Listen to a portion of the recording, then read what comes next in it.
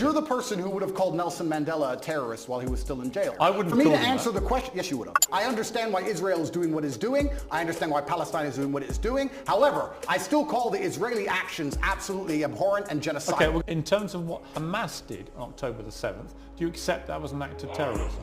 It's an interesting question, because you're the person who would have called Nelson Mandela a terrorist while he was still in jail. And one person's terrorist is another person's freedom fighter. I wouldn't For me call to him answer that. the question, yes, you would have. For me to answer the question, I have to be very professional, Piers. For me to sit on the outside in Romania with no personal involvement in Israel-Palestine, it's easy for me to say, yes, it was an act of terror. However, if I was in Gaza, if I was in an open-air prison, if my family had been annihilated by bombs from the sky, if everybody I knew had suffered the loss of a loved one, if I had no chance of any kind of freedom or democracy or standard of life, would I believe it was an act of terror, or would I believe it's an act of resistance against oppression?